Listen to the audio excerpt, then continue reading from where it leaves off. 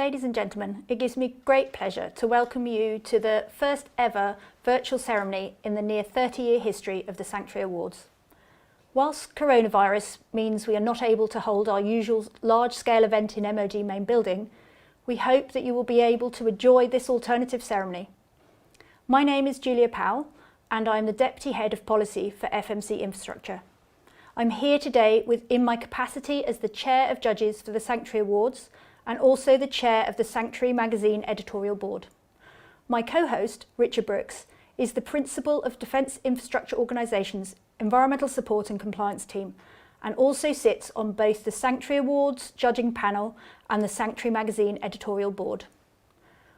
Whilst Richard and I are broadcasting from Wiltshire today, we are joined by guests across the defence estates in the UK and overseas. Our MOD film crews have been very busy over the last few months, filming the winning and highly commended project teams in action. And we'd be delighted to be able to share those films with you today. We're also joined by our VIP guests, Lieutenant General Richard Nugee, the MOD's Climate Change and Sustainability Review Lead, and we're also honoured to have the Minister for Defence Procurement, Jeremy Quin, who is also the MOD's Minister for Sustainability, joining us from the MOD main building in London. In addition to our 6 main awards, Lieutenant General Richard Nugee and Jeremy Quin MP will be revealing the winners of the 2 final awards, the Sustainable Business Award and the Silver Otter Trophy. As is the case at our usual ceremony, the winners of these 2 prestigious awards do not yet know they've won, and so we're really looking forward to revealing this exciting news. We're keen that our guests can interact with each other at today's virtual awards ceremony, and so encourage you all to take selfies or to tweet about the awards using #SanctuaryAwards and copying in the Twitter handle @MOD_DIO. We'll now hand over to Lieutenant General Richard Nugee to hear more about his recent work leading the MOD's Climate Change and Sustainability Review. Thank you very much, Julia and Richard.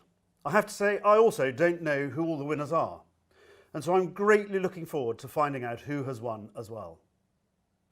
Can I add a huge welcome to you all to this year's Sanctuary Awards.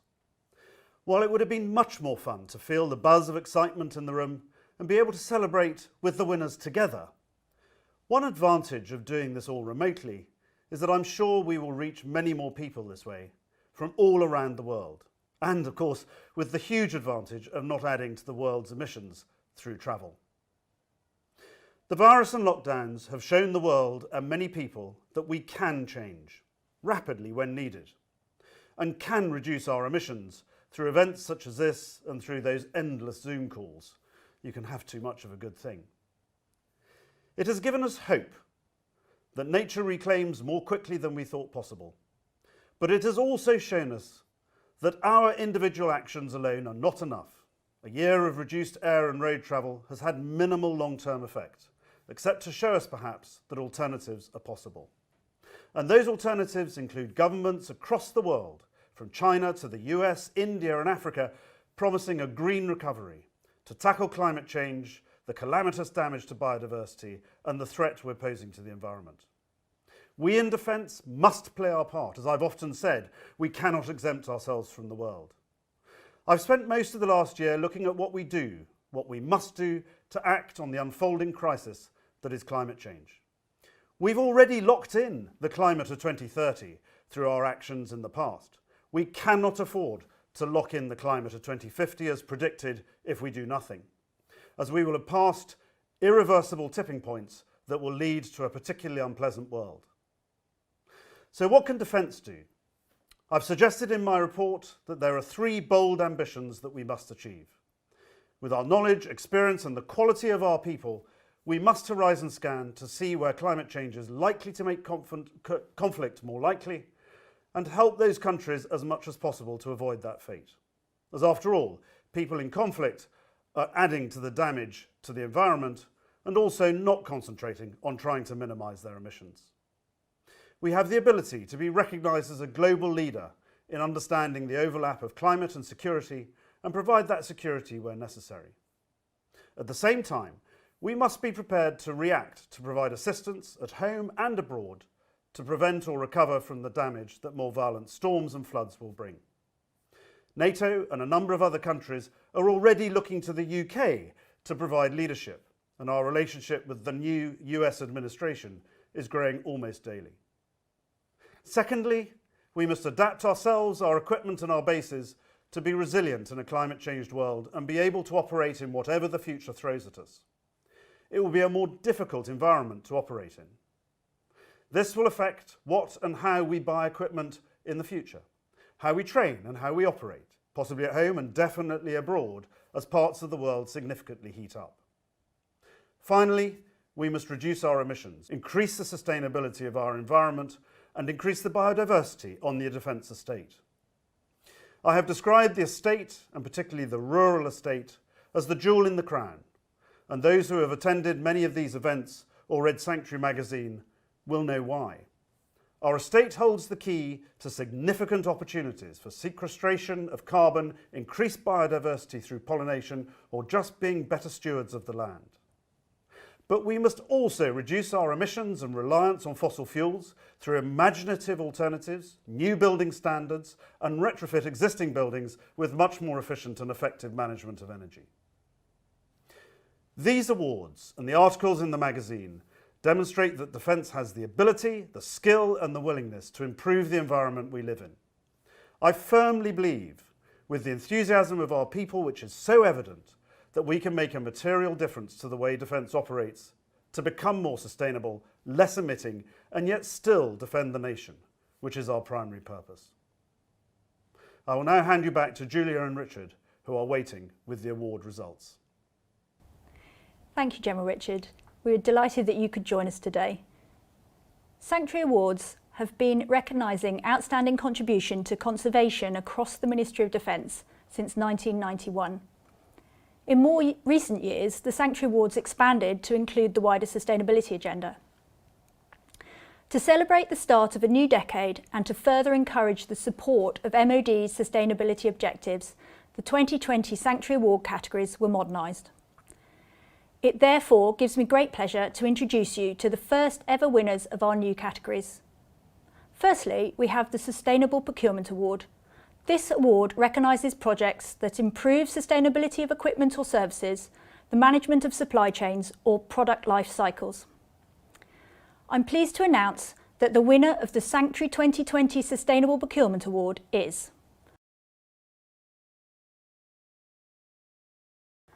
the Corrugated Board for Use in Military Level Packaging project, which was run by Defence Equipment and Support Chain Services Defence Packaging Team, with the support of Military Packager Approval Scheme members and the corrugated industry, working with their support forum. Let us now hear more about the project from the winning team at MOD Abbeywood.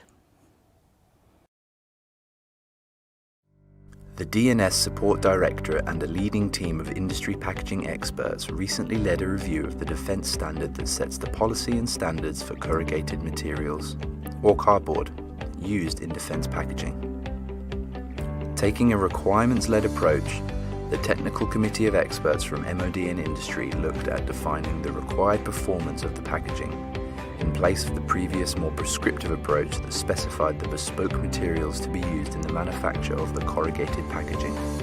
Taking this approach gave much greater scope for the use of commercially available materials in the production of corrugated defence packaging. These commercial grades maximise the utilisation of recycled cardboard from the UK and European waste streams, providing environmental benefits from the reuse of materials in line with the wider government and MOD greening agenda.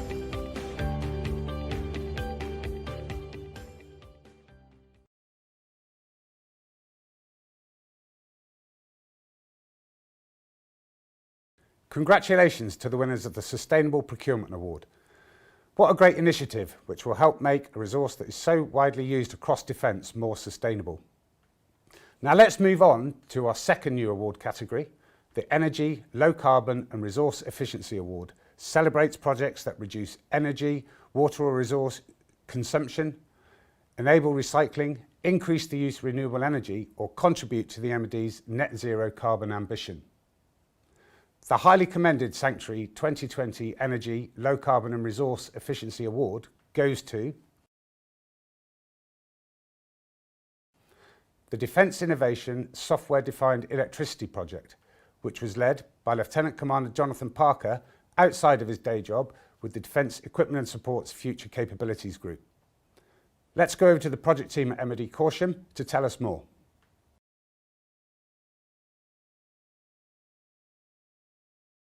The Ministry of Defence spends hundreds of millions of pounds a year on electricity. While the MOD makes every effort to reduce its usage, there are limits to what can be achieved. However, a new approach being investigated by Defence Digital is showing great potential. Software-defined electricity is a technology that corrects the electrical supply using artificial intelligence. It optimises the electrical state and can solve imbalance, instability and other suboptimal power quality factors.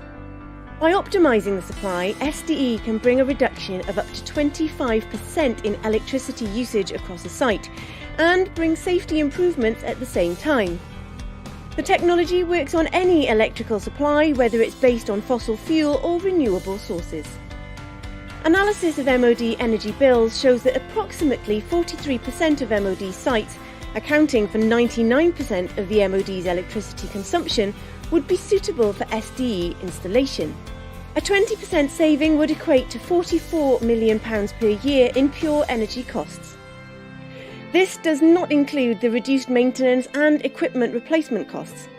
There would also be greenhouse gas emission reductions of more than 112,000 tonnes of CO2.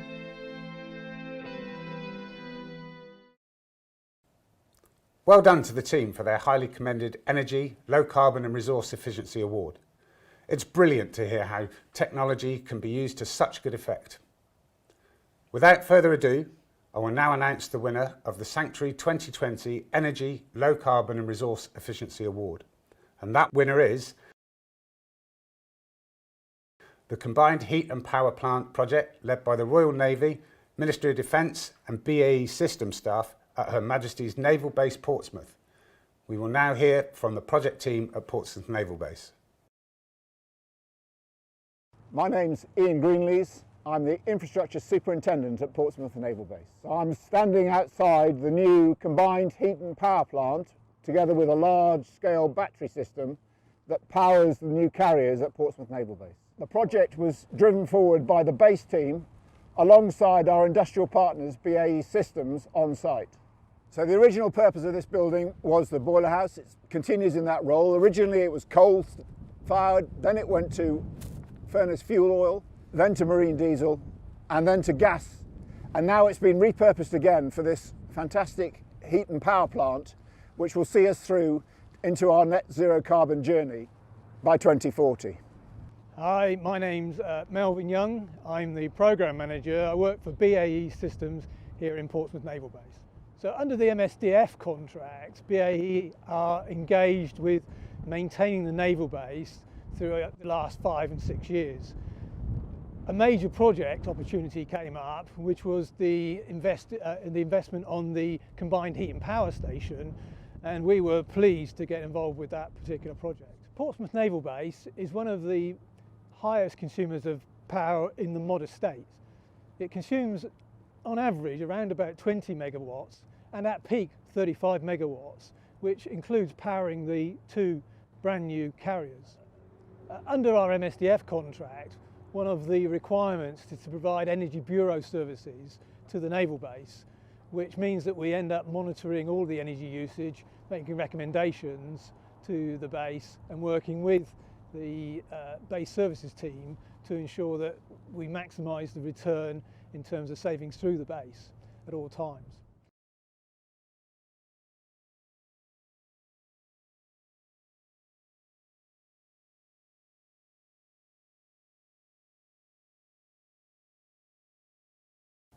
Well done to the Energy, Low Carbon and Resource Efficiency Award winners. It is fascinating to hear the preparations that were required to support our new aircraft carriers. Next up, we have the Environmental Protection and Enhancement category. This award is for projects that focus on tackling pollution and contamination issues, enhancing biodiversity or enabling wildlife to flourish. The highly commended Sanctuary 2020 Environmental Protection and Enhancement Award goes to the landscape scale reintroduction of the Marsh Fritillary Butterfly Project. This is a partnership between Butterfly Conservation, Hampshire and Isle of Wight Wildlife Trust, Natural England and the Defence Infrastructure Organisation at Minley Training Area. The team at Minley Training Area are here to tell you more about their work.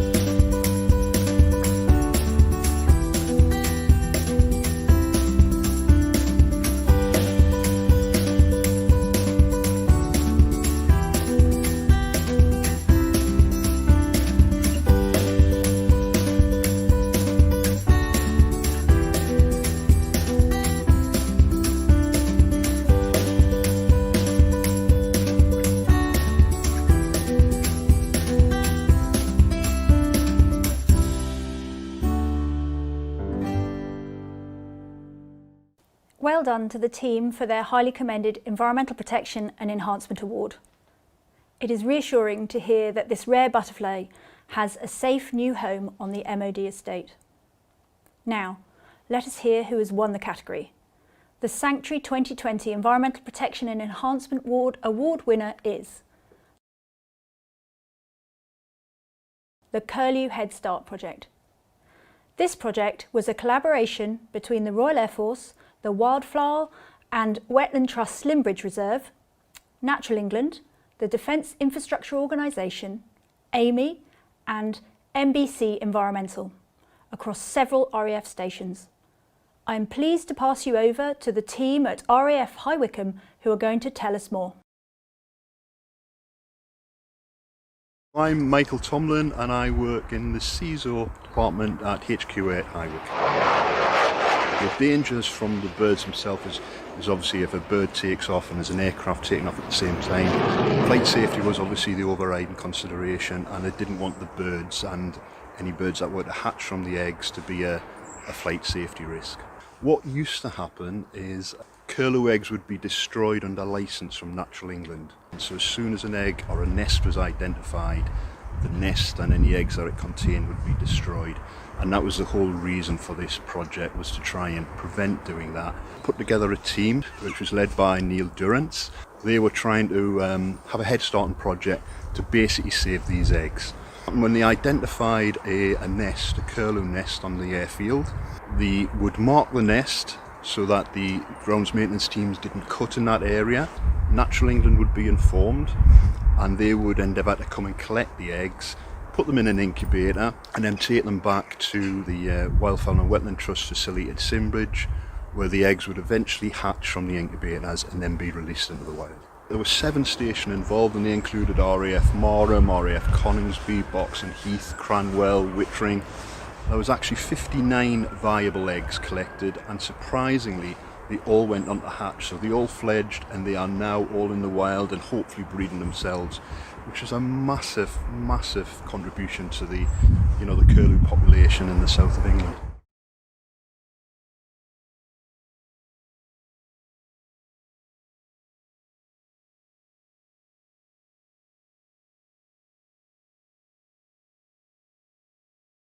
Congratulations to the winners of the Environmental Protection and Enhancement category. I'm delighted that this initiative has seen so many curlews hatch successfully across the estate. Moving on now to the Sustainable Construction Award.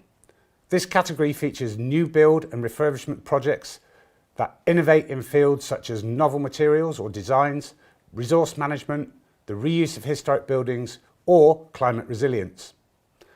The highly commended Sanctuary 2020 Sustainable Construction Award goes to the modular build project at West Down Camp, Salisbury Plain training area. This was a partnership project between Landmark Support Services, the Defence Infrastructure Organisation and REDS 10. We will now join the team at West Down Camp to hear more about their project.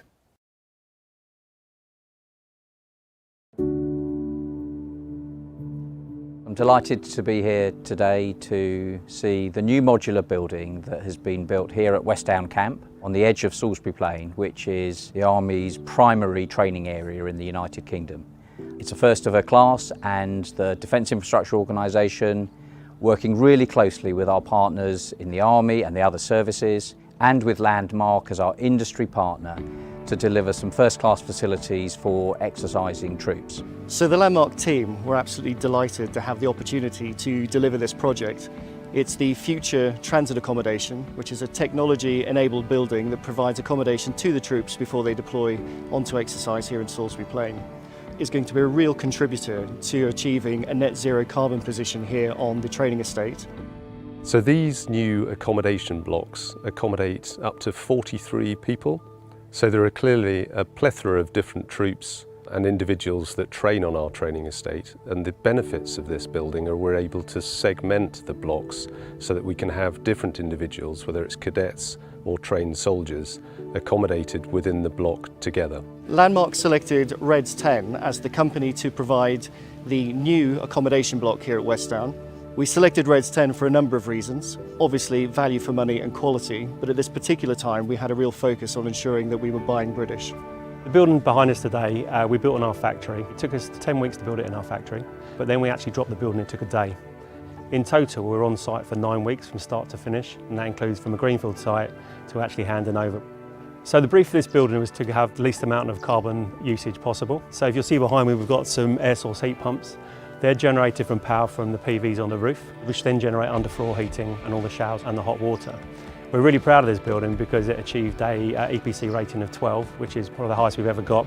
So we've also installed smart technology in the building, and the smart technology basically gives us feedback of how the building's being used. It tells us when the rooms are being occupied, how often the showers are being used, when the heating comes on, and that information enables us to then look at the energy uses in the building and see if we can reduce it lower so we can get zero carbon or close to it as possible. This building is the first of many, and it will have a real tangible improvement in the quality of the training experience that our people have, both in terms of as they are separated from their families, they will be accommodated in some top-class accommodation, but also it will mean that they're better able to really exploit the opportunities of the wider training area and delivering that operational capability that the Army and Defence needs.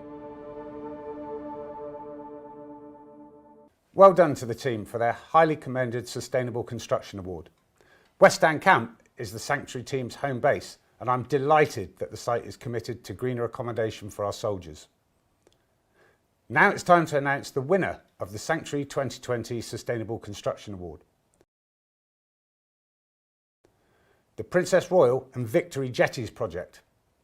This was a partnership project between the Royal Navy, the Defence Infrastructure Organisation, Volker Stevin, Jacobs and other naval-based stakeholders at Her Majesty's Naval Base Portsmouth.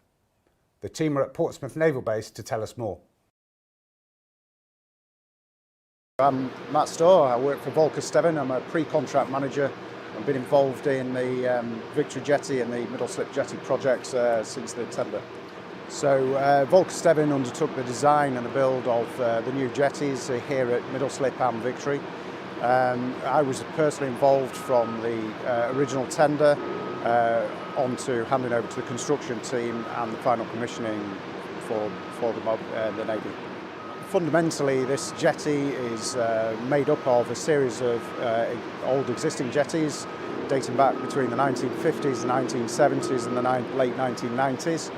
And we sought to utilise as much of these jetties as possible in the final state. So we demolished the 1950s jetties, we repaired and strengthened the 1970s jetties, and we upgraded the 1990 jetties and ultimately presented the new jetties for the carrier. My name's Ian Greenlees. I'm the infrastructure lead for the Queen Elizabeth Carrier programme and have been since 2003, when the team stood up on the initial decision that these ships would be based here in Portsmouth. As part of that programme, a big and varied programme, we've put in a temporary hotel up at Rosyth, but most of the works has been down here in Portsmouth, building 2 new jetties, providing power, the navigation marks and the dredge for the harbour to bring these ships in. Underneath where we're standing at the moment are the 1750s slipways that the Nelsonic Navy was built and maintained and supported throughout the Napoleonic Wars. They're still all there, carefully preserved underneath where we are. And behind us on the second jetty, Victory Jetty, is a scheduled ancient monument going back to a century and a bit before that, back to the early 1600s, when the original stone basin was put in. So in building these works, we've had to be cognizant first of all of the history and the background of the site and make sure that we haven't threatened the works out of sight, but still important historical artefacts. So from the outset, within the tender document, sustainability was really identified as a key aspect for the MOD. And we tried to fulfil that brief, and we believe we achieved it with the design and the construction that we delivered for these projects.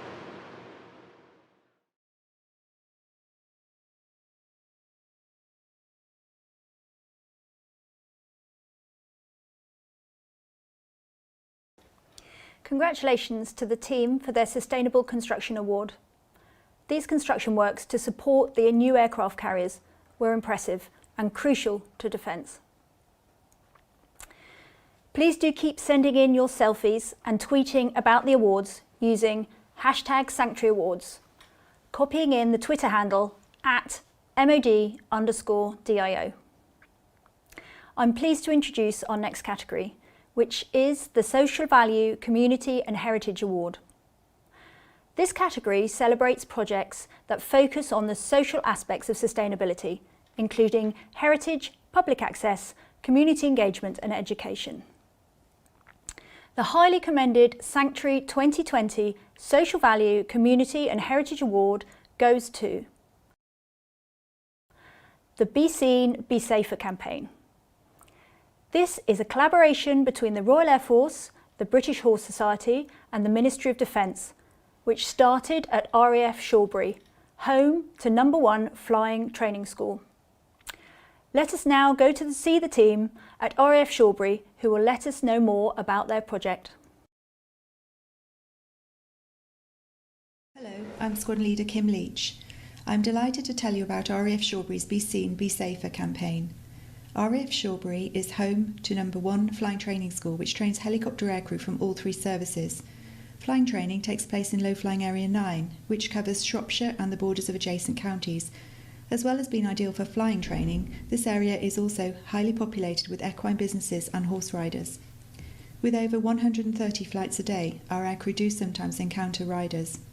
My research revealed that many riders were unaware of the safety benefits of wearing high-vis, and that our aircrew had difficulty in spotting riders if they were not wearing it.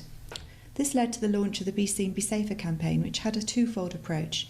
Firstly, to build a relationship with the riding community and encourage the wearing of high-vis. Secondly, to develop a safety culture and awareness in our aircrew to ensure that they knew the actions to take to minimise disturbance to horses and riders. I worked closely with the British Horse Society and the aircrew at RAF Shawbury to trial different items of high-vis clothing. Funding was approved to purchase high-vis kit and distribute it to pony clubs and local riding groups. In addition, educational events were held, including rider awareness days. Local riding groups were invited to the base to meet the aircrew and learn about the campaign.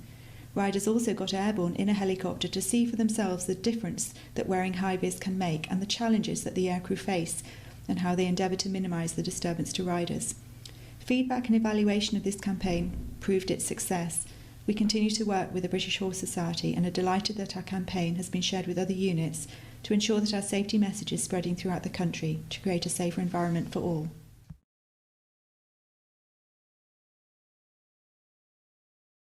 Well done to the team for their Social Value, Community and Heritage Highly Commended Award.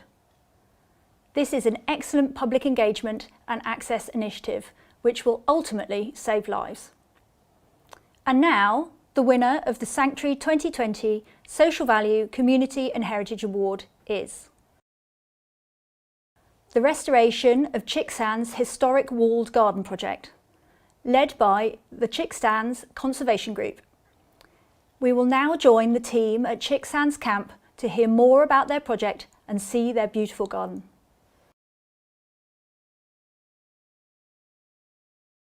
I'm WO2 John Wignall and I'm nominating Captain Vicky Goslin for the Social Value, Community and Heritage Award. To put this in context, what Captain Goslin has done this last 18 months has transformed what was an absolutely derelict heritage site on Chicksands Camp, located within Grade 2 listed walls, and it's been totally transformed. What we now have is we have a community space that is known about by all of the site. We have over 20 allotment patches that are being used by people from the site. We have fruits available for the community, and more importantly, we have a social place where people from the site can actually come and reflect, they can relax and they can enjoy things with their families. Hi, I'm Annie. I'm one of the residents here at Chicksands. I'd just like to say that the Walled Garden is an amazing space for everyone here. Many people didn't even know it was a community garden until we hosted events. Our garden allows people to reconnect with nature through growing their own vegetables and fruit and also working on the borders. In turn, this gives them a sense of achievement and with that well-being. We have a growing number of budding young gardeners here who enjoy helping with many different tasks. By doing this, they're learning new skills, including common and Latin names for the plants. My name's Katie Greenwood and I'm in charge of restoring all the aspects of fruit and grape production here at the Chicksands Walled Garden. Over the years, our grapes came into dereliction and unfortunately fell out of production. But over the last year, we've been able to bring them back, producing over 15 kilograms of grapes and even producing, hopefully, 2 liters of wine. As well as that, we have the other fruit, including currants, raspberries and blackberries that are now producing prolifically for the rest of the garden residents.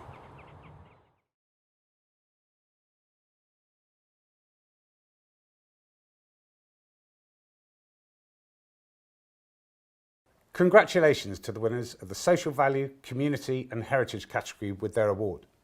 The transformation of the historic garden at Chicksands Camp is incredible and will provide access to an excellent wellbeing resource for those based there.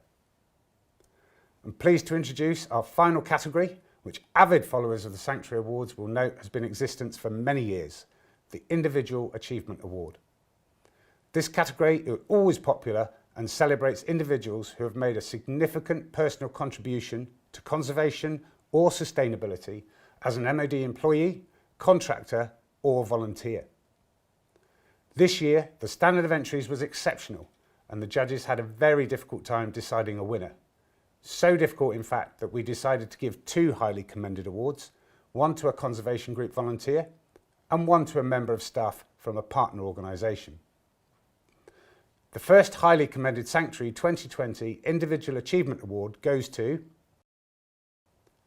Becky Waldridge for her work as a wildlife biologist and the contract lead and interface between the International Wildlife Monitoring Organisation Pantera and the Defence Infrastructure Organisation's British Army Training Support Unit, Belize. We now go all the way across the world to Belize, where we will hear more about Becky's work.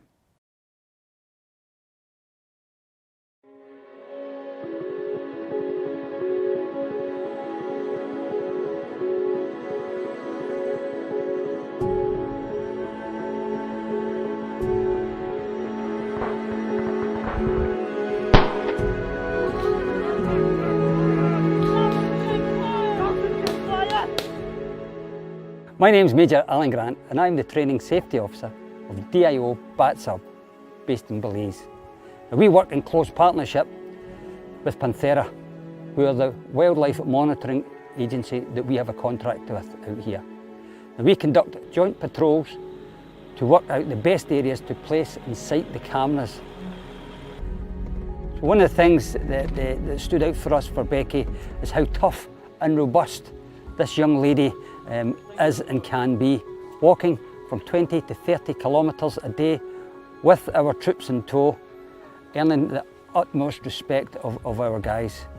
Always there to give advice, help, and especially to ensure the professionalism is conducted of not just us, but everybody else using the area, to ensure that she looks after the fragile ecosystem, the jungles, the savannah, and the flora and fauna of Belize. So Becky was nominated not just for her unwavering enthusiasm, dedication, professionalism, but her willingness to help, especially at weekends, out of hours, and even out of scope of the contract. As far as we're concerned, all at Range Control, DIO BATSUB, Becky is a legend. She's loved by the staff, missed by the staff, and I feel that not just us, but a lot of Belize and all the NGOs and everybody who works in the environment owe Becky so much. Thank you. Well done, Becky, for your Individual Achievement Highly Commended Award. Becky's work, that I've been lucky enough to see firsthand, has demonstrated to the Belize government just how seriously the British Army takes their environmental obligations whilst training in the country. I'm pleased to announce our second Highly Commended Sanctuary Individual Achievement Award goes to Peter Feeks. Peter has volunteered with Stamford Training Area's Conservation Group for almost 40 years. Let us now go to Stamford Training Area, where we will hear more about Peter's work.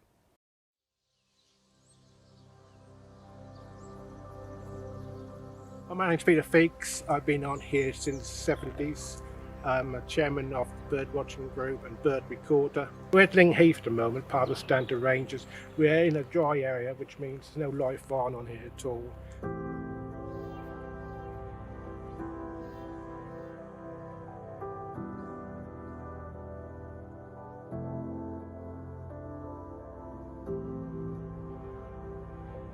Everything's interesting now in some respect. You've got the rare birds and you've got the common birds, you've got the East Anglia specialities, as I said.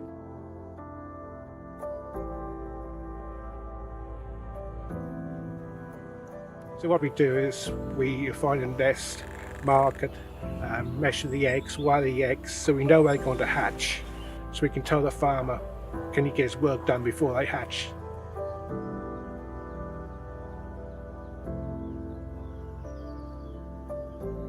We try to work with farmers, work with everybody to save the birds.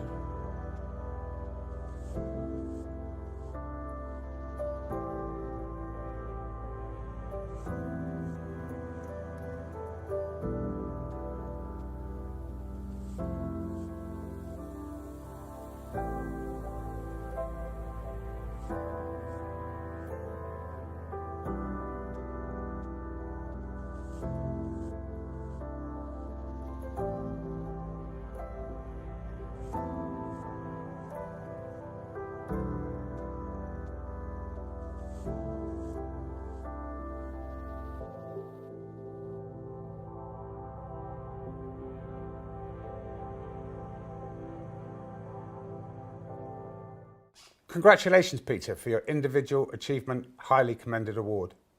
Peter's dedication and enthusiasm is an inspiration to us all. And now it gives me great pleasure to announce that the winner of the Sanctuary 2020 Individual Achievement Award is Sergeant Ryan Duffy. Sergeant Duffy single-handedly embarked on a mission to make RAF Bryce Norton plastic-free and has since provided a blueprint for other stations to follow. Let us head off to RAF Bryce Norton to hear more about Sergeant Duffy's inspiring campaign. My name is Lizzie Parsons. I am the Station Environmental Protection Officer here at RAF Bryce Norton. Around 300 million tonnes of plastic is created every year. Around half of that is single-use plastic, which is a huge waste and a huge impact to our environment. One of the things that Sergeant Duffy has done here at Bryce Norton is focus on that one issue and looking at single-use plastic and how we can eradicate that from our day-to-day business. My name is Sergeant Ryan Duffy. I'm a movements tradesman and also a passionate environmentalist. Where it started off at DMTS Movement School, where we're the first training squadron to ban single-use plastic. And also with that, we moved on to then change our plastic cargo bags into a carbon neutral version. Sergeant Duffy has been instrumental in moving forward the green agenda as an individual champion of it, and his enthusiasm has done so much to encourage everybody from junior ranks through to the senior leadership team to take on board this idea of a plastic-free Bryce.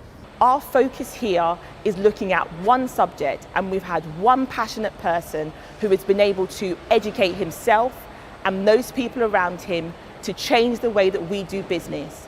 In this instance, one person has made a massive change, and that really is a reminder to all of us of the power of the individual.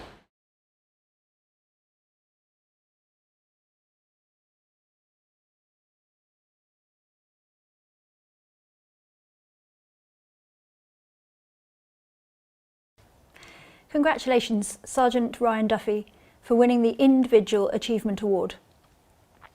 I am sure that Sergeant Duffy's plastic-free initiative will inspire many other serving personnel and civilian staff across the Defence Estate. Before we announce the winners of the Sustainable Business Award and the Silver Otter Trophy, I am delighted to introduce to you the Minister of Defence Procurement, who has kindly agreed to talk to us. It's really good to join you today, and it's timely, these awards, because they're coming right on the cusp of us going forward with the integrated review. The IR is the process whereby we look at all the threats confronting our country and its interests and how we address them. And address them through procurement, done sustainably, but the procurement that we need, the kit that we need to keep us safe in the decades ahead. And we're also aware that as well as those specific threats, there are overall threats that threaten all of us. And at the forefront of those is, of course, climate change. We as a department are determined to do our utmost working with the rest of government to address that very real threat. Defence has always been about ensuring that we preserve what's best in our country, and there is so much of it, including the wonderful environment from which we all benefit across the length and breadth of the UK. And it's therefore entirely appropriate, though it came as a surprise to me when I came into this job, that we are in fact the third largest landowner in the UK, with all the responsibility that that implies. It comes as a great relief, thinking about that responsibility, that we have people with the capabilities that are joining us here today virtually. The capabilities to assist us in those enormous responsibilities across our estate, all that it involves, and in the work we have to do over tens of billions of pounds to effect the right procurement decisions in the right way and the best way for our country for the future. But just thinking for a minute about the estate, and if you bear with me, I probably now need to refer to my notes because there's a lot of facts I wouldn't want to get wrong. Those of you who are helping us with those challenges in our estate include having a role in overseeing, and I will have to run through these all, some 13 UK national parks, 33 areas of outstanding natural beauty in England, Wales and Northern Ireland, 11 national scenic areas in Scotland, 169 sites of special scientific interest, totalling in excess of 81,000 hectares, more than any other UK landowner, not to mention some 10,000 archaeological monuments, 1,063 listed buildings, 781 scheduled monuments, 10 World Heritage Sites, 6 registered battlefields, and 8 registered gardens and parks. And given all the incredible work you do, it takes something truly exceptional to reach the nominee list in these 6 categories. So first and foremost, congratulations to you all. As teams, you have improved the way we package our defence materials, reduced energy bills by more than £4 million, protected the Eurasian curlew, one of the nation's most distinctive and well-loved birds, built 21st century moorings capable of accommodating two 65,000-tonne Queen Elizabeth class carriers, and revived the stunning Chicksands community walled garden.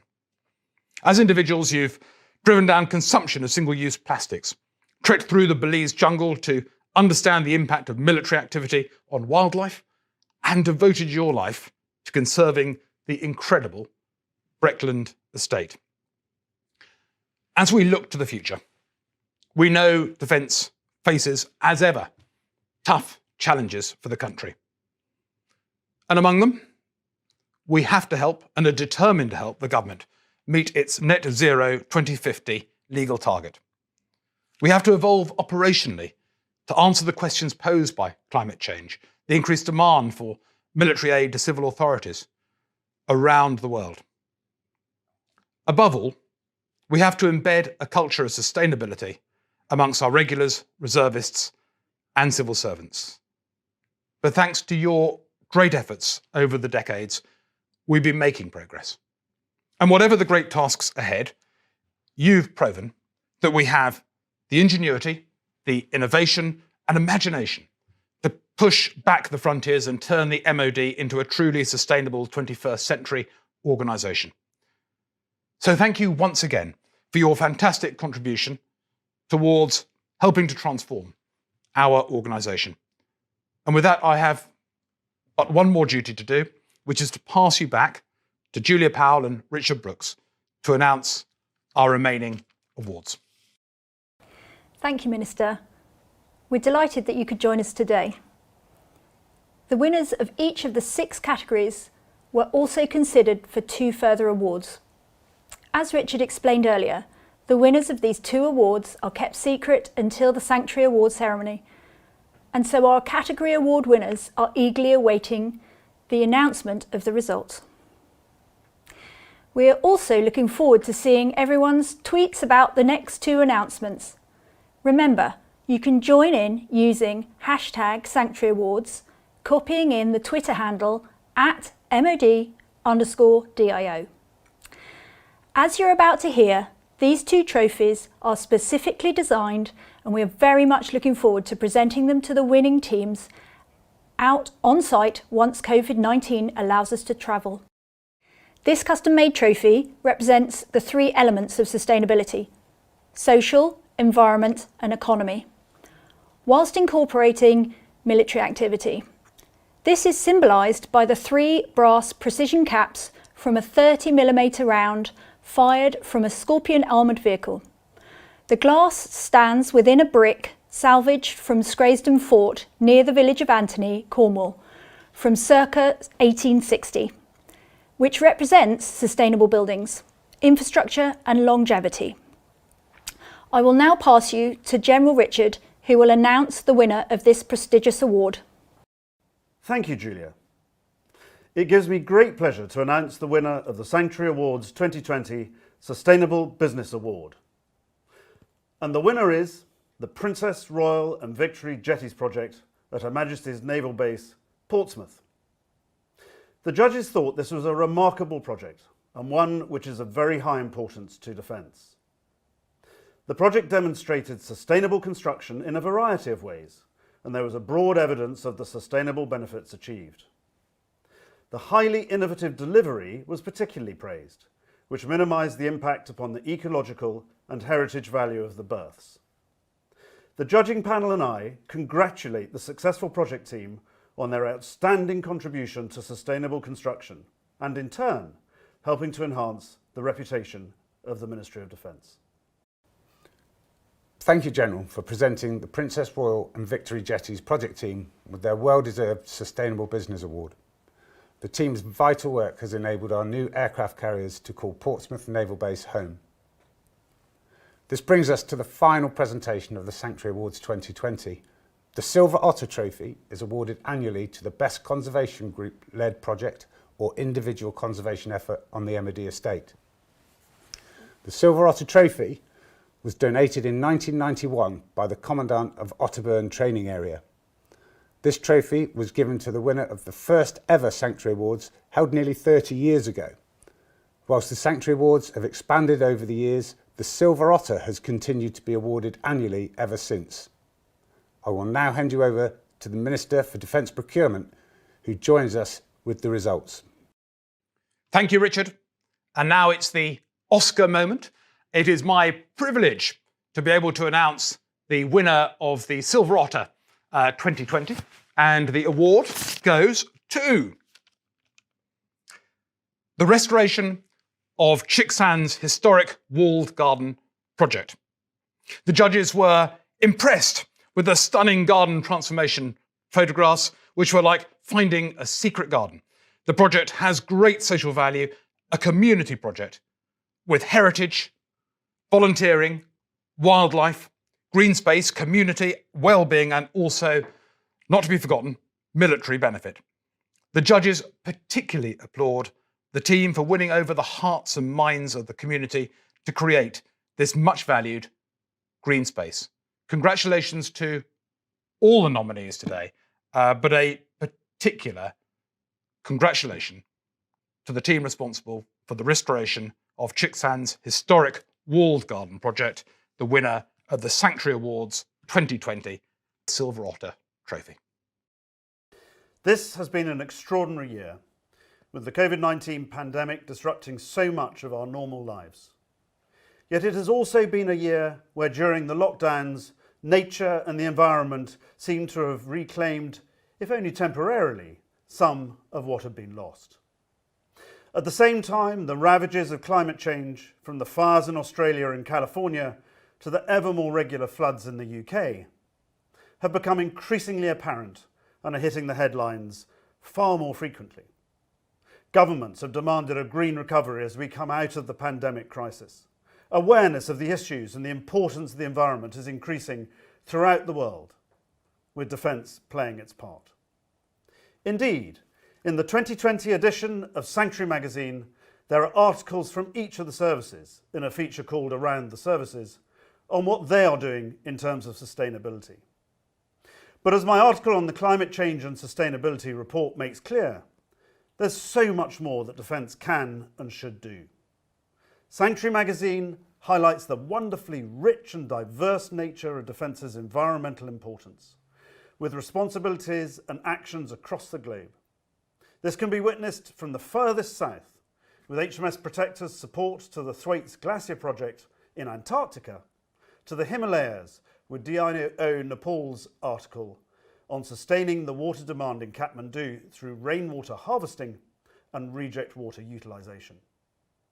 Along the way, the DIO in Belize are at the centre of environmental community engagement, ensuring the protection of the jungle environment whilst enabling troops to train. Water security will be increasingly important in a climate-changed world. This year's magazine has articles including Bovington Training Area's long-term freshwater monitoring study, which proves controls are working, and projects to ensure the sustainability of water resources for British Forces Cyprus. While it is vital that defence is as sustainable and environmentally aware as possible, our purpose is to defend the nation with the best and most effective equipment as possible.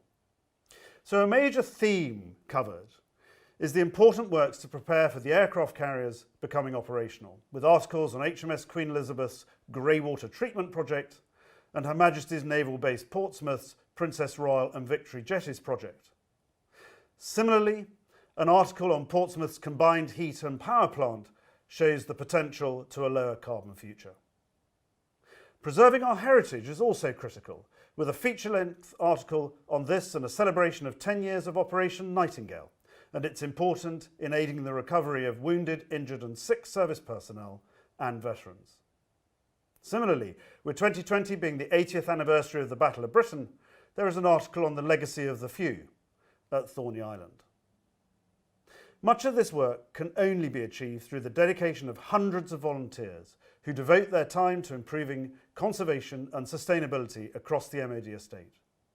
So to conservation groups, service personnel and civilian staff, I say a huge thank you. The 2020 Sanctuary magazine will be posted on to readers from our distribution warehouse after today's awards ceremony.